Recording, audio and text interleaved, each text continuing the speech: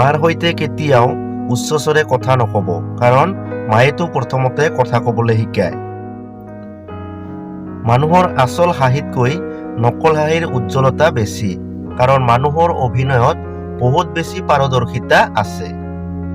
প্ৰকৃততে এই পৃথিৱীত কোনেও কাৰো নহয়, মাথো স্বাৰ্থৰ বাবে কিছুমানে কিছুদিন আপোন হৈ থাকে আৰু স্বাৰ্থ পূৰণ হলেই পৰ হৈ যায়।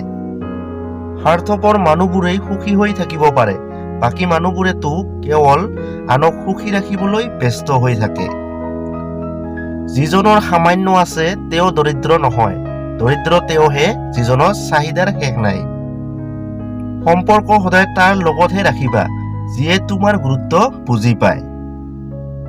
কিছু অৱহেলা আৰু অলপ বেয়া ব্যৱহাৰেই এটা ভাল সম্পৰ্কক ভাগিবলৈ যথেষ্ট। এটি সৰু মিছা কথা কৈ কাৰোবাক হেৰুওৱা অতি সহজ, কিন্তু পিছত হেজাৰটা সত্য কথা কলেও তেওঁক আগৰ দৰে ঘূৰাই পোৱাটো অতিকৈ কঠিন। বিশ্বাস বস্তুটো ঠিক কাছৰ দৰে, এবাৰ ভাঙি গলে পুনৰ আগৰ দৰে হৈ নুঠে। সেইজনে তোমাক সঁচাকে ভাল পায় যদিহে তেওঁ তোমাৰ ভুলবোৰ দেখি বাৰে বাৰে শুধৰাই দি তোমাক এৰি নগৈ তোমাৰ কাষতে থাকে। ভালপোৱা কেতিয়াও খঙৰ বাবে শেষ হৈ নাযায়, বেছিভাগ ভালপোৱাই শেষ হয় অৱহেলা আৰু অসন্মানৰ বাবে। সম্পৰ্ক নষ্ট হোৱাৰ তিনিটা কাৰণ। 1 নম্বৰ, কোনো তৃতীয় ব্যক্তিৰ আগমন হলে।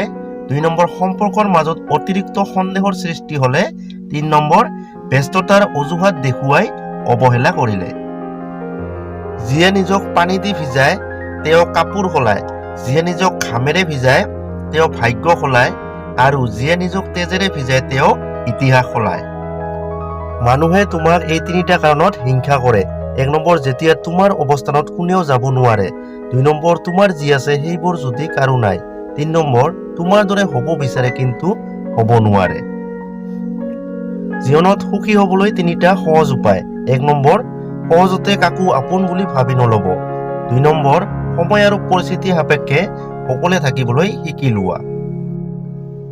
3 নম্বৰ, নিজৰ বুলিবলৈ যি আছে তাতে সন্তুষ্ট থাকিবলৈ চেষ্টা কৰা।